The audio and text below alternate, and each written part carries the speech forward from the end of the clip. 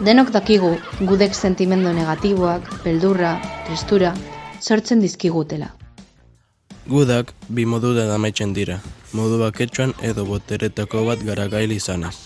Amaitu ondoren bakealdia izaten da. Familia batek etengabe eztabaidatzen ari da. Inoiz ez dago bakerik eta dena oihuak dira.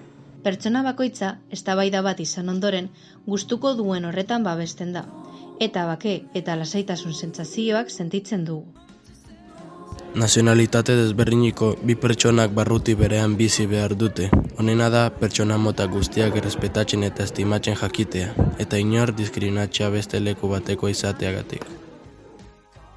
Denok eraman gaitezke gaizki norbaitekin, baina denborarekin pertsona horrekin bizitzen eta errespetatzen ikasi behar dugu. Batzuetan, klasetan gure konfiantza galtzen dugu. Konfiantza zurengan hasten da. Ez baduzu konfiantzarik ikasi behar duzu hori lortzea. Gero besteetan zure konfiantza helarazteko. Batzuetan ez badaukagu konfiantzarik besteok konfiantza emango digute gogoak transmititzen.